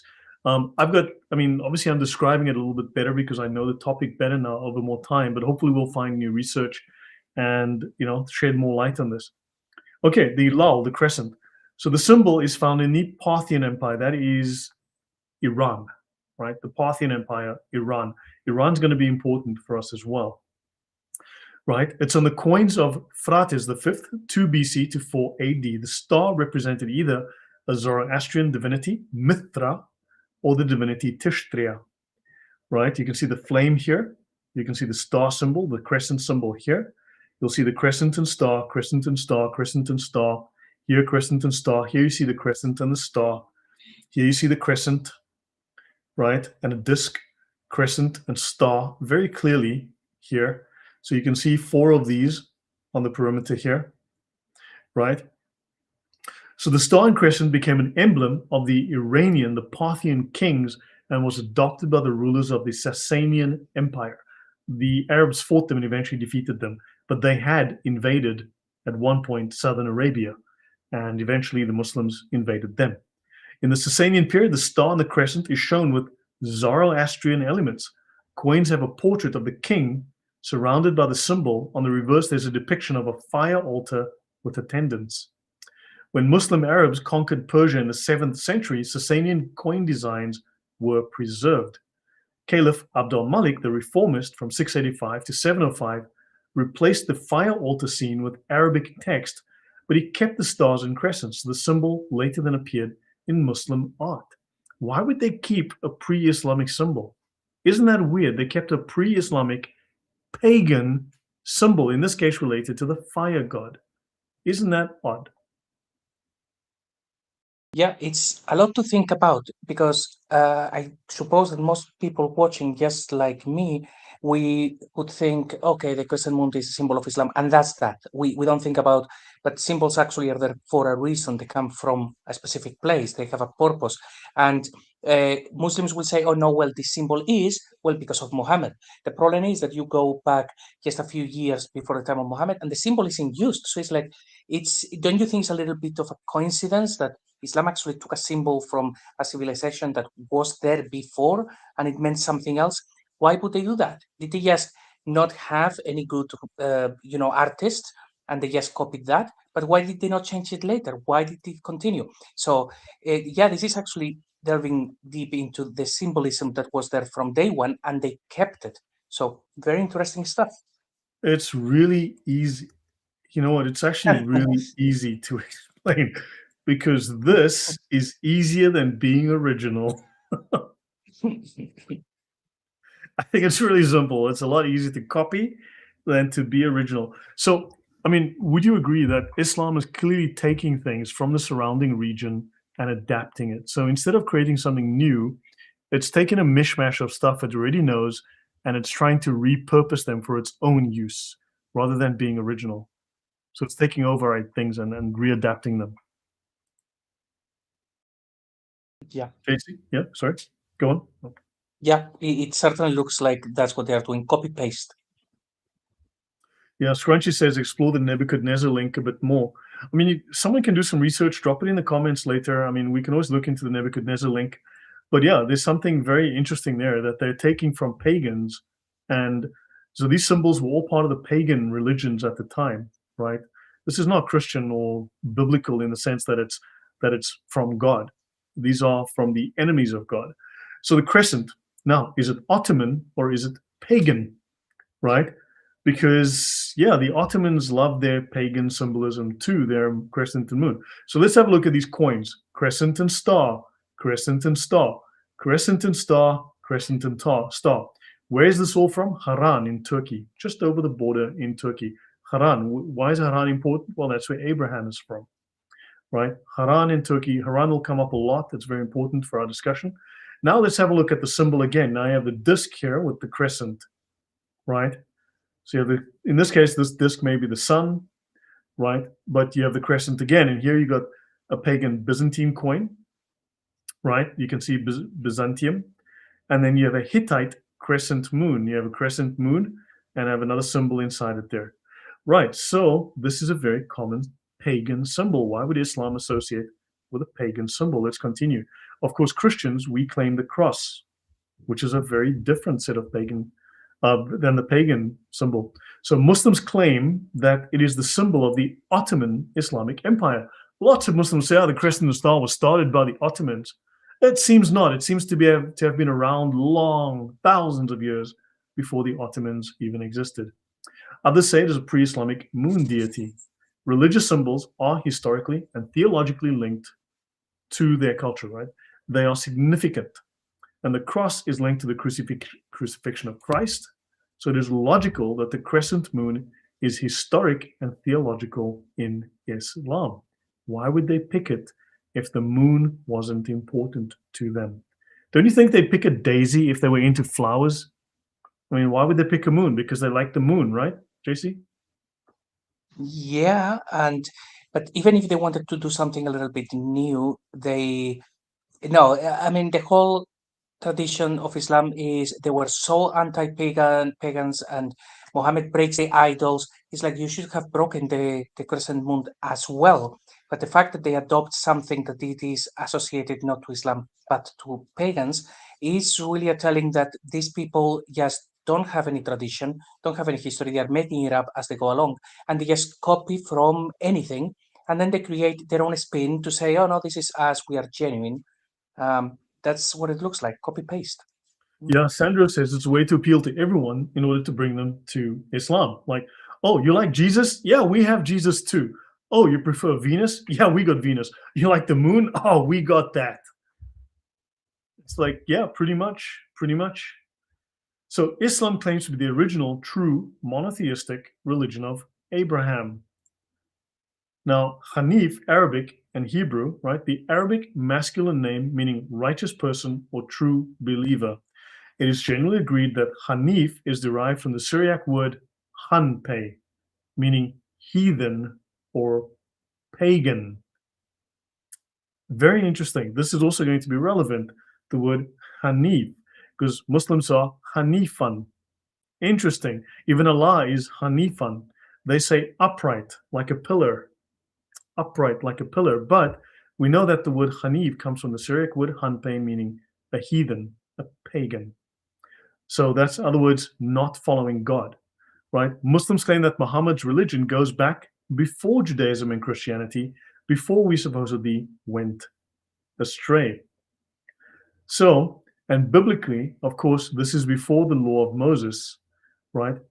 You had the 7 laws of Noah. A couple of things to keep in mind, right? So before the laws of Moses, we had the 7 laws of Noah, because Moses brought the law, the 10 commandments. Prior to that, they had the 7 laws of Noah, which is basically your basic moral law prior to that. How long are we going to go, Jesse? Because Usama hasn't joined us, and maybe we should just go a couple of pages more. Or maybe we should end here and then, pick this up again later. And what do you think? We can end wherever you think is a nice break, and then we can continue without having to recap too much. Yeah, because I think maybe we should end here. And I think because now I'm going to go to the next section, which is the going around the word Hanif, Hanifan, Hanpe. No, that goes into the etymology. So maybe we should stop here on something concrete on the coins.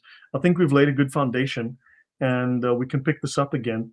But clearly, we've got symbolism. Would you agree? The symbolism that attaches to Islam that is all pagan. None of it is biblical in the sense of being from God, from the Jews or from Christians.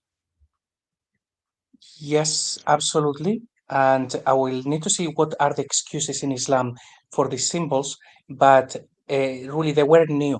It's like with the cross, we know actually, like you said, we know exactly where it comes from and the reason behind it. But when it comes to Islam, it is a very, very pagan symbol. They would have something completely different if it was an Abrahamic religion. And the whole thing that I know you will discuss next time with Hanifa, the Quran doesn't really say about the religion of Abraham much. That is about traditions. The Quran just says Abraham was a nice guy and a good example. And then it says again that Muhammad is a good example, but it's actually talking about Jesus instead. So the whole thing about we are bringing back the religion of Abraham, it was not codified in the Quran. That appears in the traditions. Basically, once they start creating the religion. So it's just one of those things that are in the narrative, but not really in the Quran. Yeah, I just want to check something. Just give me 1 second.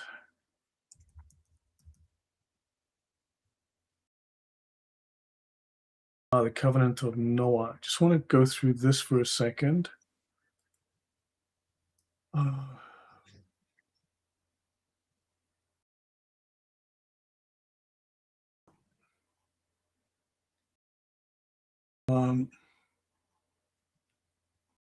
It's going to take me a moment to find this. Catherine, you says Noahide laws waiting in the wings today. It combines Islam with Judaism. That is false. That is wrong. Not at all. Because Noah, let me just show this. So I don't have the notes ready here, but Noah is recognized by Christians and Jews as a great man of God, a righteous man. He remained faithful to his calling. He avoided lawlessness and corruption. And he did so by following a God-given set of rules. Right? He was righteous because he followed the laws of God. He was a righteous man, perfect in his generations. He walked with God, right? So the earth is filled with lawlessness according to God, and Noah walked with the law. He walked in righteousness.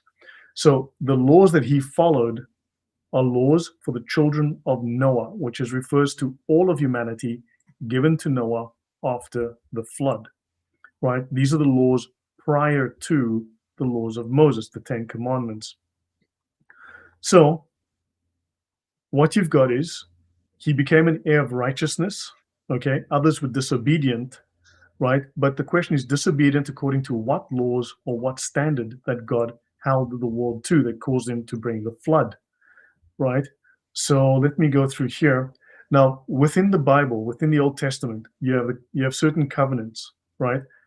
Like circumcision. But now I want to find this whole thing about the laws of Noah. So in Leviticus, he says, "Do my judgments and keep mine ordinances to walk therein," right? "If you keep my statutes and my judgment, which if a man do, he shall live." So Noah was considered righteous according to what laws? What laws were the unrighteous breaking, right? Because the Ten Commandments were not written. The Ten Commandments were not given. Moses was not alive yet. So what was the law before Moses? So let me have a look through this. So natural law is implied even in the Psalms, okay? And of course, we must keep statutes. Now, if you go into the Bible, when you look at the laws of Noah, right? This is a basic overview of the 7 laws of Noah. So the 7 laws of Noah are biblical prohibitions from God against denying or cursing God, right? It's a prohibition against worshiping idols, a prohibition against murder. Now, if these rules, as many people will tell you, the laws of Noah are satanic, they're evil, they're witchcraft, they're murder, they're disgusting. I don't know, denying or cursing the name of God. Maybe it is. Maybe it is evil and we should be cursing God. Maybe those people are right. Worshipping idols. Yeah, maybe we should be doing that. Maybe those people are right. That the Jews are wrong. Right? Against murder. Yeah, murder's probably right. I would have to agree with these people then. Yeah, Noah was wrong and we should be doing that instead because these laws are satanic. They prevent murder. Adultery and sexual immorality, theft, they prohibit drinking blood and eating flesh torn from a living animal. Don't torture animals and don't drink their blood. And obligations to establish courts of justice. So it should be noted that 6 of these laws of Noah are derived from Genesis, right? The 7th is the establishment of courts of justice. You can read Romans to see about the law and justice. 5 of these laws are repeated in the 10 Commandments. So if these laws are Islamic or satanic, then half of the 10 Commandments must immediately be thrown out because 5 of the 10 Commandments are evil and satanic and Islamic. That would be stupid. I think at a minimum, we can call that incredibly stupid. 9 of the 10 Commandments are repeated and renewed in the New Testament.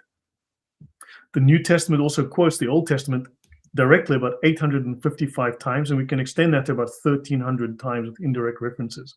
So the covenant of Noah from Genesis 9, 8 to 17 applies to all of humanity and all living creatures. In this covenant, God promises never again to destroy all life on earth by flood.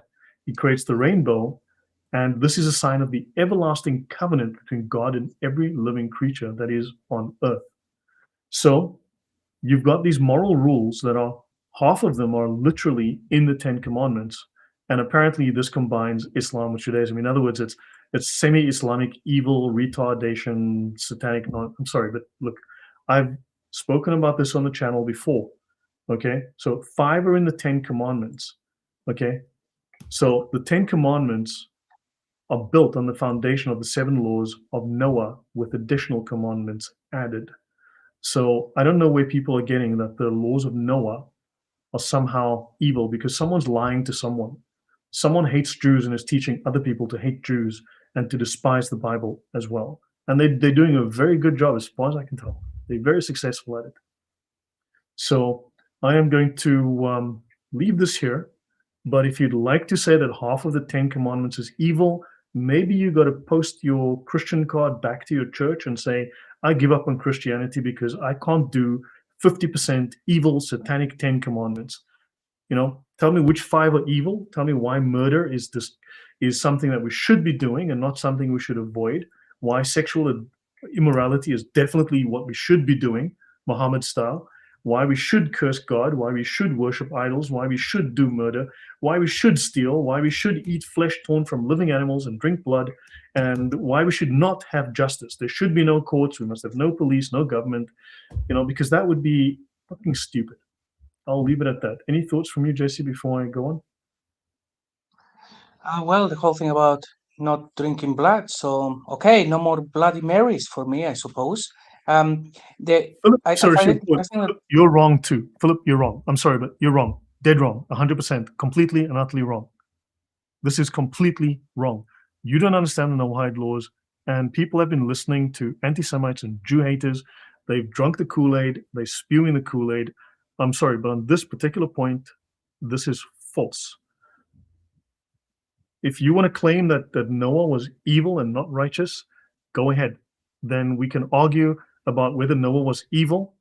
Fine, you can take that position, and I'm sure the church is going to say, sorry, Philip, you're wrong too.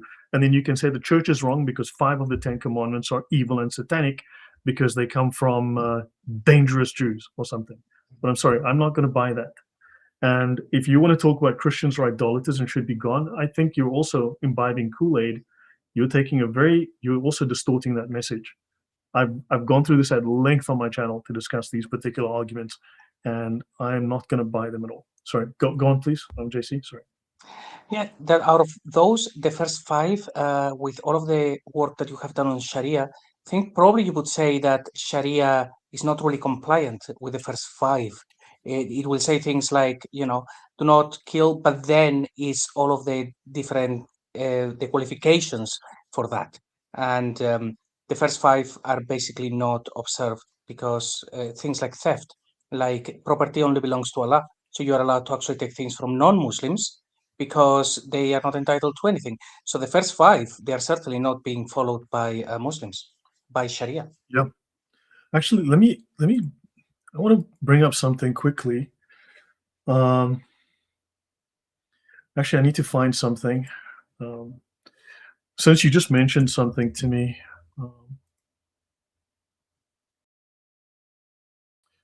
bugger.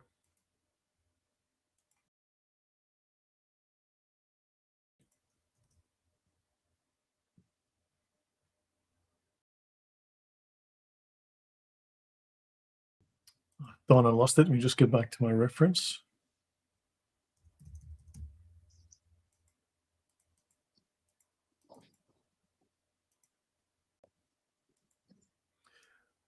Let me bring up this for a second because I want to talk about that.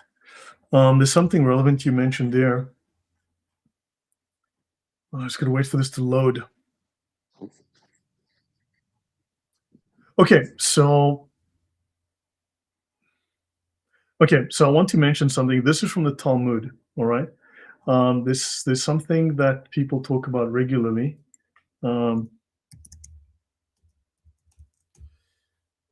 So now let me go to the first reference I find here.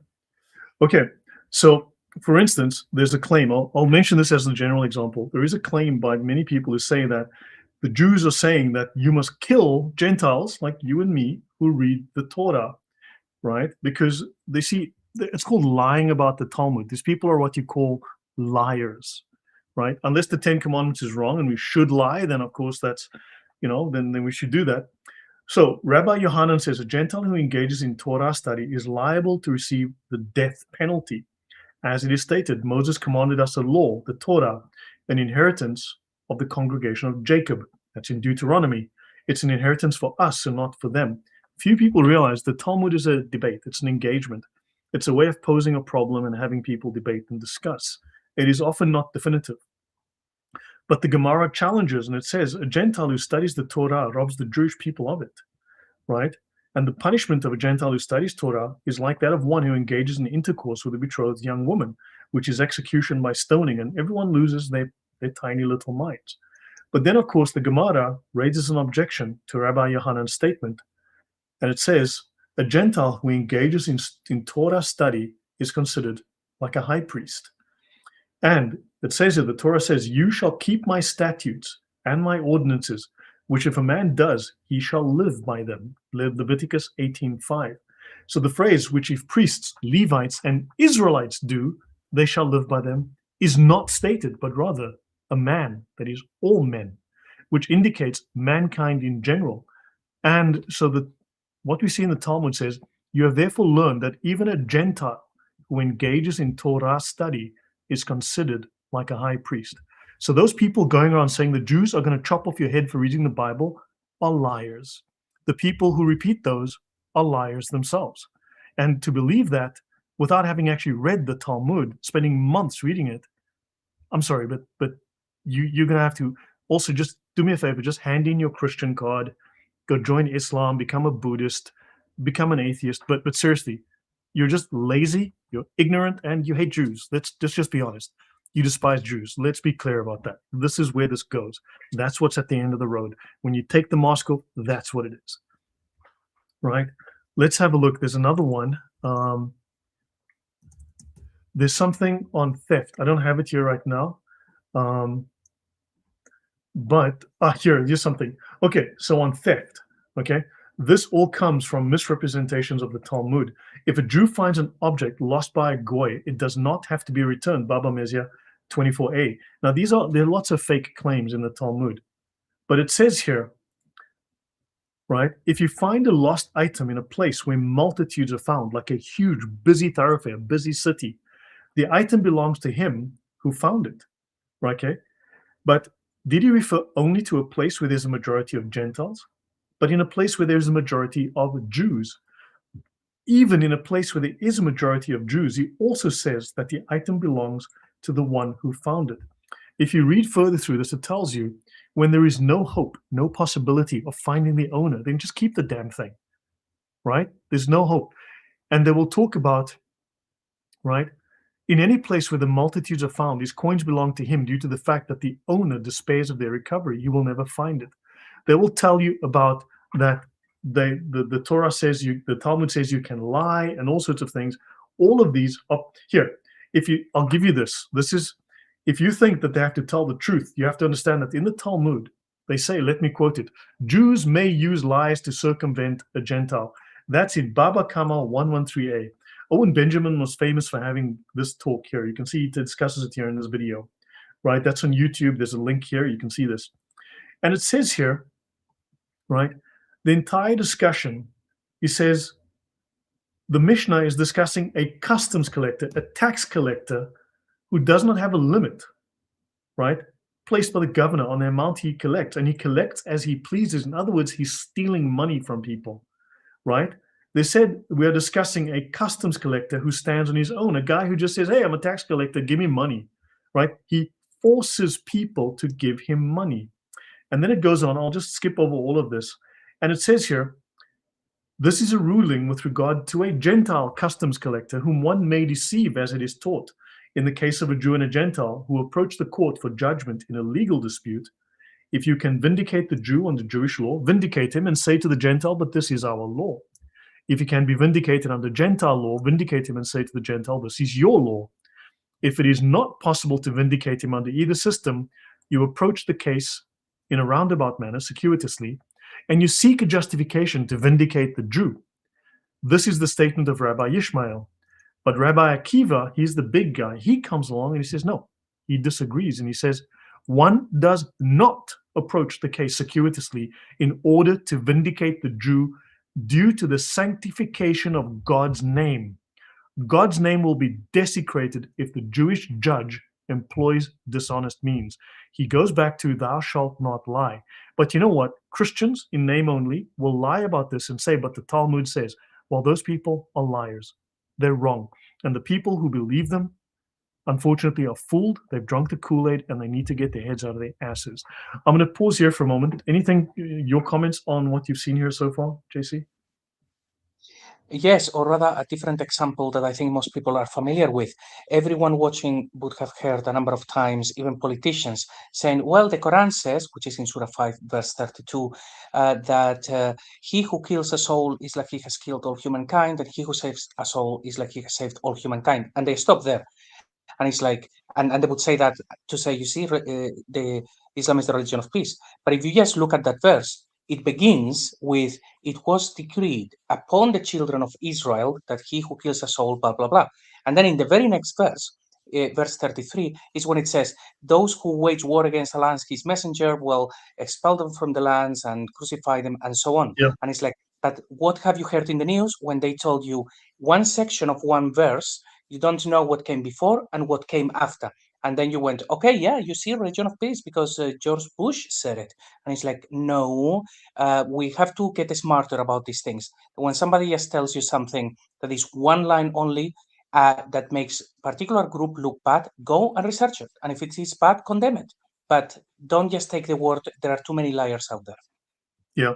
Yeah, someone made a point here about the U.S. government and the whole idea of the laws of Noah being signed into law. Whatever. There was nothing was signed into law. I've covered that as well. Done extensive work on the channel. I'm not going to do it now because I'd have to look it up and find the references. That said, it is simply an acceptance that these biblical moral laws, effectively natural law, right? It's accepting don't murder, don't rape little girls like Muhammad did, don't steal things, okay? It's simply saying that we acknowledge that these laws have been effective in creating a just society. Western society is built on those laws. And no, the Jews are not going to chop off your head because I can guarantee you some Twitter's going to say, yeah, but the Jews are going to chop off your head if you don't. The word for that is bullshit. Okay? The word is bullshit. Do you know who tells these stories? Well, they're the Russians who hated the Jews and wanted to murder them, right? There's also the Muslims who hate the Jews and want to murder them. They tell those stories. Once you go through the actual documentation, you find a different story. So, yeah, there's lots of people that are going to give you a lot of false stories because they haven't actually read the Talmud. I spent months reading the Talmud, months. Okay, I have hundreds of pages of notes on the Talmud. I've done several series with a friend years ago on the Talmud. I did hours, about 14 or 16 hours, just discussing the Talmud. And all of these stories that people tell about the Talmud, 99% of them are completely false. So I'm going to leave it at that. Where is Usama? Did he drop into the chat? So anyway, but yeah. Just, I will add to that. A good rule of thumb is if the stuff that you hear, like those sort of things, are they sort of talking points that you would expect from, say, the Muslim Brotherhood, is probably Yep. false. Normally, you can Yep. see who are the bad guys, and if you find yourself using the same talking points as the bad guys, they are probably not giving you the full picture, and you have just been deceived. So don't do that. Yeah. So RVM Tube says, you said the word south in Maltese is Il Qibla. Is this true? We need to look into that in the comment here. Yeah, yes, actually, I recorded a show with Noel from Malta, and it is going to be the next one that I upload with him, and that's the central topic of that next conversation. So stay tuned. It's actually that the cardinal points in Maltese, they are all pretty much the same, but when it comes to south, in Maltese is Qibla, but in Arabic it changed to something else. So it's very, very interesting, and maybe that is a clue as to what was going on. So make sure that you catch that show. Okay, yeah. I'll end with one more, just out of interest, because this I've also heard a lot. A Gentile protects and thereby spares his own animal so that it will not become barren. Since an act of bestiality may cause an animal to become barren, there is no concern that the Gentile engaged in immoral behavior with it. You see, so people are going to make all sorts of claims about what the Jews are saying. Now, sure, you can go to that Jewish rabbi said, yeah, then the guy's an asshole. Okay. We can also go to the what's that crazy Baptist church that people used to freak out about? We can go to plenty of priests that say the dumbest of things, that say the most wrong of things. That doesn't mean they speak for all Christians or all Jews. It just means that person's a complete asshole. I think it's that simple. But when you look at what the Jews believe and what the Talmud teaches, those are very different things. Yeah. Yeah, if someone that claims to be a scholar or a priest or whatever it is, a person like that, providing that you don't worship them because you think that they brought a revelation from the heavens or something of the sort, if you don't worship them, then you are okay. They are people, they have their opinions, and they are fallible. But if you think that one of those guys is infallible, and then you're in trouble. Yeah, that's the Westboro Baptist Church. Yeah, those guys. So, guys, we'll call it a day here. Hopefully, this has been enlightening, educational, because there's a lot of bad information about Judaism, about the Talmud, and also about Islam, as we know that. And I think there's enough evidence to show that there's something connected to Islam that is clearly pagan, clearly goes back 3, 4, 5,000 years that they've adapted and adopted into Islam. So yeah, final word from you, JC. What made you want to talk about this topic? And yeah, what do you think we'll find, and what's the significance of this? I think it's very well fascinating and something that really has to be done. I do have the feeling still that the Quran comes from pretty much just a Judeo-Christian tradition, that it told a very different story than we read now. But Islam appears much later, and I think all of the things that we've seen with Kalam, with Odon, and here this series is about how did Islam begin? Where did they copy things from? Because it's certainly not copy paste from Judaism or Christianity. That is the Quran.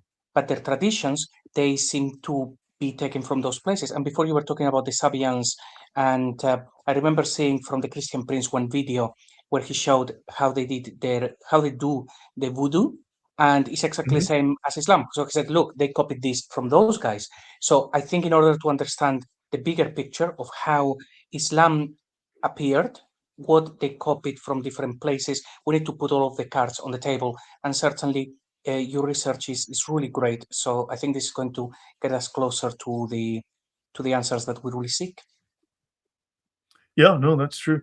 RVM2 says the word for south in Maltese is Nofsinhar. The Qibla is older than our current cardinal point, but that's interesting news though. It's actually very, very interesting. Yeah, Islam is desperately seeking global recognition as the better way, equal to Judaism and better than Christianity. I mean, look, seriously, you know what?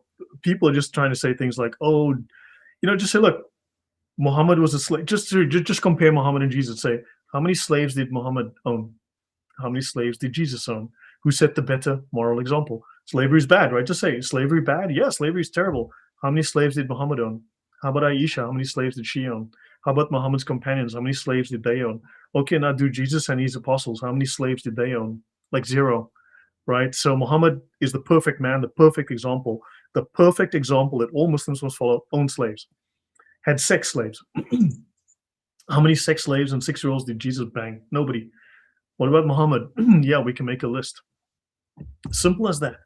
They not seriously just say no. Jesus set the superior example. Muhammad set the inferior example. Even in the Quran, Jesus is sinless. Muhammad is not.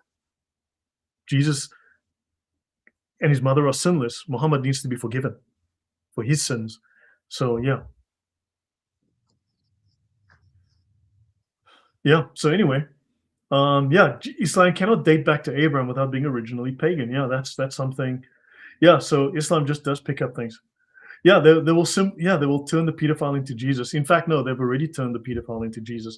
If you go through the Siddur, already from like the 900s onwards, they were attributing the miracles and events of Jesus to Muhammad. I've gone through this before. They make Muhammad into Jesus. He's there at the beginning when God makes the world, and he is the substance of which God makes the universe and makes the world. And it's all insane. It's all seriously. Just read the Siddur. He's already Jesus. So we'll call it that. So, guys, let's call it a night here. But thank you very much. I'll be back tomorrow with Usama. He didn't join us this evening. That was very sad. But thanks, JC. Hopefully, you enjoyed this, and we'll do this again next week. And we'll see each other Yeah, on look forward Wednesday to as it. well for the next episode with Odon. So, guys, thanks all very much. Last word to you. Yeah, thank you. I will look forward to the next one and to see what else we actually show the audience. So thank you, Lloyd, and thank you for everyone watching. Looking forward to the next one. Yep. Take care, guys. Everyone. Good night. Goodbye.